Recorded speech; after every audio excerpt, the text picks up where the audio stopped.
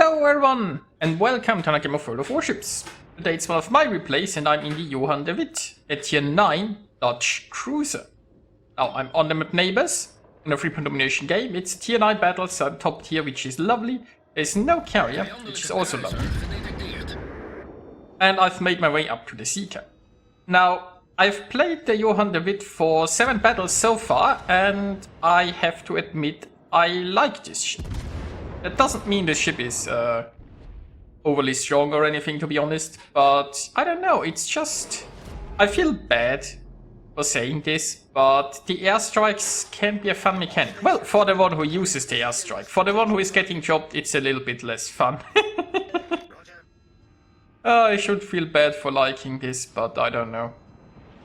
You take your fun where you find it, I guess. Anyway, so the Johan de Witt. The fact that it's tier 9 means you have access to the last module slot, which means you can mount a reload module, which makes those guns feel, I feel like, a lot better than the tier 8. Oh, hello, torpedoes. So, anti-air, same as tier 8, it's pretty decent. Like, so far the Dutch cruisers seem to have at least decent anti-air, which is nice. You have the defensive fire, you have a hydro, which can be very helpful, because if you play those Dutch, you have to be somewhat aggressive. Because the airstrikes are really part of your damage output. It feels like the Dutch cruisers have been designed in a way that, you know, they plan on you getting off some good airstrikes, otherwise your damage will sort of suffer. It's not like, let's say, a Hindenburg who has torpedoes. If you don't get torpedo hits in a Hindenburg, this is, well, actually rather normal, right? The torpedoes are more like a last resort or a very situational tool, but you don't need torpedo hits to get good damage in a Hindenburg, right? While in a Dutch cruiser, it really feels like that the airstrikes, they have been designed with the airstrikes in mind, and with, you know, if you don't hit any airstrikes, then you won't have a very good time. Now, speaking of airstrikes, I'm airstriking a Tirpitz, he's poking around here. Now, unfortunately, of course, I don't really wanna brawl with a Tirpitz, but thankfully he's going back there. Also, I'm way too aggressive. This is not necessarily a good move here, but it also shows a little bit the downside of the airstrikes. You have 12-kilometer range, right?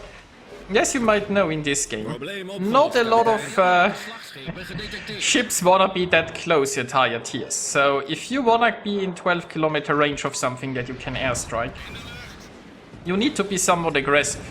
And you need to manage to be somewhat aggressive without getting utterly wrecked. Now, on the bright side, you have 10-kilometer concealment, unless of course you're on fire like I'm now, which increases your concealment. And I'm being spotted by planes, which there isn't even a carrier. Also, by the way, the airstrike, right? The first airstrike got, I think, about 5 bomb hits that didn't do an awful lot of damage. It said 1 fire. He damage counted fire. And that's when I set the second airstrike.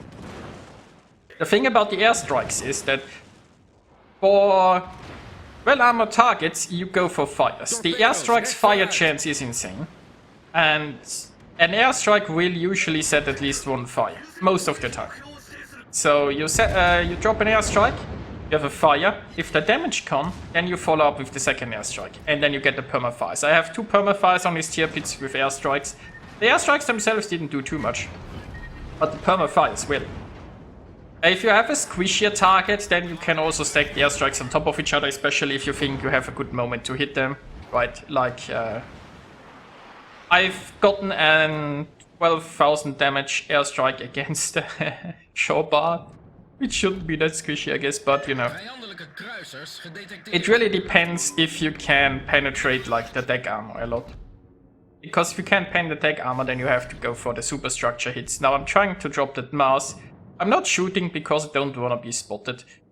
And that Mars is going down even without my help, right? So, yeah.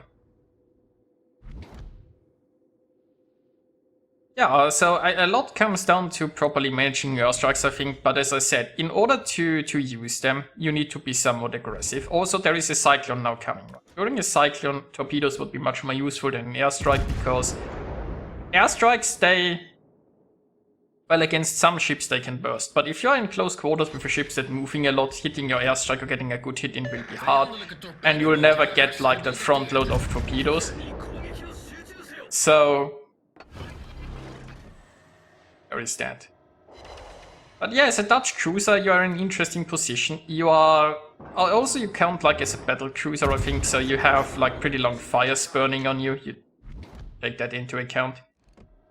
And I think you have battle cruiser dispersion, so also not the best. You also don't have that much range. It's like, it's interesting. It's a cruiser that you need to play somewhat aggressive to get close enough to get those airstrikes on. Then you need to hit those airstrikes. And then you need to properly manage them, like deciding if you're going for the fires or if you're trying to go for like the direct damage. But overall, it can be a somewhat rewarding playstyle if you get them off. And I like more aggressive ships, I guess. Also, like the airstrikes, they're currently new, and playing around with something new can just be fun. So we'll see if I keep being interested in the Dutch, but I don't know. I'm enjoying myself playing this thing. But you know, when you have an airstrike ready again, but as you can see, there is nothing in range, even though there is a cyclone coming. And the enemy team needs caps. You might think they'd like gather and try then to make a push during the cover of the cyclone or something, but obviously this is World of Warships, so they won't. They'll just sit there in the back and happily lose their game, getting surrounded from all sides and not use the cyclone to their advantage, ignore objectives, you know, just World of Warships style. Now I'm trying to shoot the Friesland there at range, which isn't going so well, but that's okay. He's now in the smoke, that means he can't see me, I can't see him. Yeah, the cyclone is finally getting more into effect, so I need to move closer anyway myself. Also, a bit of a complaint, like sometimes I feel like when you go to the airstrike, the camera really can screw you up with the switching between the airstrike and the regular things and your zoom and your regular guns and the zoom levels and so on. So be at least prepared for mild annoyance when it comes to using airstrikes. And of course it needs quite a bit of experience probably to get the most out of them. They are, what is like about 15 seconds when you set an airstrike until the bombs drop, so you need to get a feel on what the enemy is going to do, and obviously, if they are very fast, like if you're trying to hit that moving destroyer, yeah, good luck. You probably need a lot of luck to hit them. So they mostly work against like stationary targets, like that battleship that's slowly reversing or sitting there, but then again you need to first get close enough to it. Or that cruiser behind the island. Or sometimes targets in smoke. Now I'm almost close enough for the Brindisi. Currently it looks like the Brindisi is broadside, so I could switch to armor piercing. But I'm not entirely sure if... yeah, he's already turning anyway. Only RNG is winning. I'm not sure. I feel like the enemy just sitting in the back, giving up all the objectives and not trying anything is really what's losing them the game. Possible that some of them have been quite unlucky, I don't know. Meanwhile, I'm farming happily this Friesland. Friesland doesn't have torpedoes, so it can torp me. Brindisi could torp me, so actually popping a Hydro here would be a smart move. And there is the Hydro. Now we've got 2 airstrikes going, so Brindisi is going to be very slow. And yeah, there you see, it takes 15 seconds, right? You see the countdown timer there on the airstrike while it ticks down. But I mean, this game is already over basically with 900 something points there. So we get some bombs off. We get like 6,000 damage in bomb hits there. And now let's predict where he's gonna go next. But I'm not even sure if the bombs will drop before we win. Well, they won't.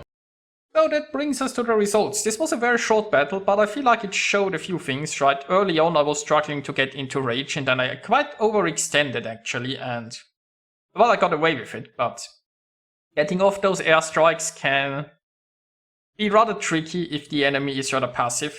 Also showed the power of the fires against the tier pits. If you don't stagger airstrikes, but you know, you stagger them basically just to get those fires instead of the direct damage. So yeah, there is that. overall, as I said, I still like this ship, and if you can get some use out of your airstrikes, it will perform quite well. But you need to need to find a way to get aggressive enough to get off airstrikes and not get devastated in the process. So there is that. I hope you guys enjoyed it, and I'll see you next time.